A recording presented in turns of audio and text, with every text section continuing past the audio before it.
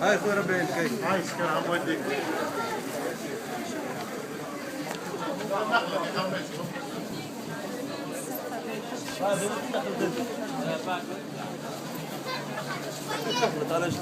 بعد نهارية لكن حتى نهار ونص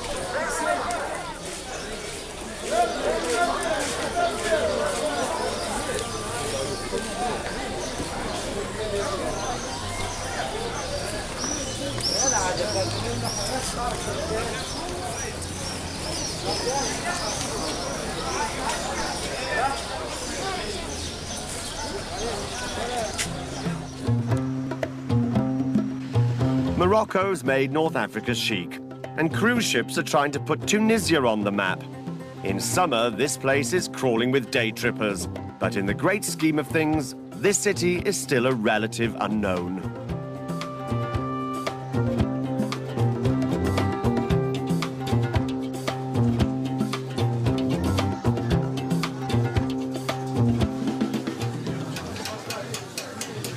In my book, Tunis can match the exotic charms of some better-known Moroccan destinations, plus there's a lot less hassle here. This city is a great combination of North African Berber and French panache, which should be raking in the city break set.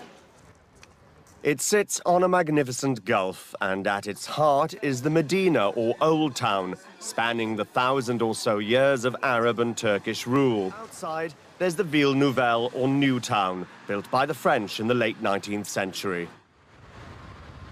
I'm in the Place de la Victoire between the two, where Tunisia's Champs-Élysées, the Avenue Bourguiba, meets the Bab al-Bahr, or Sea Gate, and through there is the Medina, with its palaces, monuments and souks.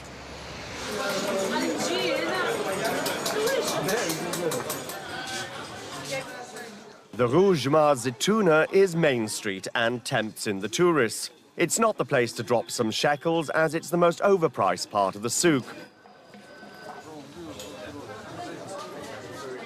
The street leads to the Juma, Great Mosque of the Olive Tree, built in the 9th century. And as a non-Muslim, you can visit the courtyard.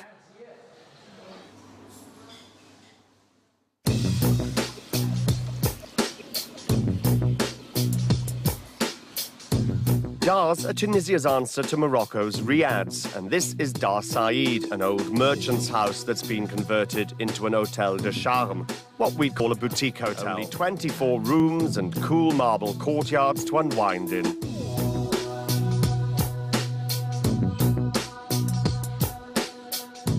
It's just up the coast in the suburb of Sidi Bou Said. The whitewash and blue woodwork may suggest a whiff of the Greek, but this is as Tunisian as you'll find. It's also one of the wealthiest residential areas in the country, even though it can be crawling with day trippers off cruise ships. The views, however, are fantastic. Here's another of Tunis's big plus points. Great beaches. Probably some of the best beaches I've ever seen in the Med, and they're less than half an hour away from the old city centre. Though 2,000 years ago, this is where the locals would have been taking it during the 2nd century, and are one of the few remains of what was once the only city in the world to challenge Rome. That city was Carthage, and this was its acropolis or citadel. In 146 BC, the wives and children of its noblemen gathered here as an invading Roman army ran through the streets below, setting the city ablaze. And many of them leapt into the flames rather than surrender. It was almost 150 years before Carthage was rebuilt to become one of the wealthiest cities in the Roman world. The Romans left behind more than just ruins. They left the best surviving collection of ancient mosaics. These can be seen at the Bardo Museum, itself a 13th century palace. The museum's just to the west of Tunis city centre. A taste of this city always leaves me wanting more, and I sincerely hope that Tunis develops some chic cred. It deserves it. Otherwise, I'm afraid we'll be seeing one another again. Same place in another 10 years. Sand. The muffled footsteps of camels in the silence of the Great Earth. But the Sahara is much more than this. It's Berber villages clinging to steep mountainsides. Qsars hewn out of the very rock and cave dwellings. Vastness and variety are the keynotes of life in the Sahara. Further to the south, the horizon melts away into the immense of dunes and mirages.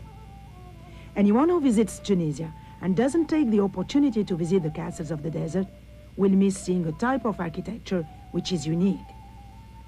You come across some strange and sometimes mysterious. These are the castles of the desert, known as qsars, which can be divided according to where they are found as plain qsars or mountain qsars. How they are built identifies them as being either Arab or Berber qsars. The qsar is a kind of square building made up of cells at the dawn, where the local inhabitants would store their produce in times of unrest, safe from raids. It could be used as a refuge, and in times of peace it became, as did the granary, a focal point for social life. Markets and meetings were held at the qsar, but they were never lived in. The qsar also fulfilled other roles, as did the Roman fortifications. It became the location for festivals and teaching, in short, for all social and religious organization. Qsars can be distinguished by their location on flat ridges or in sheltered valleys, and by their layout. The choice of site was made so as to confer strategic advantages wanted strangers to get into the community.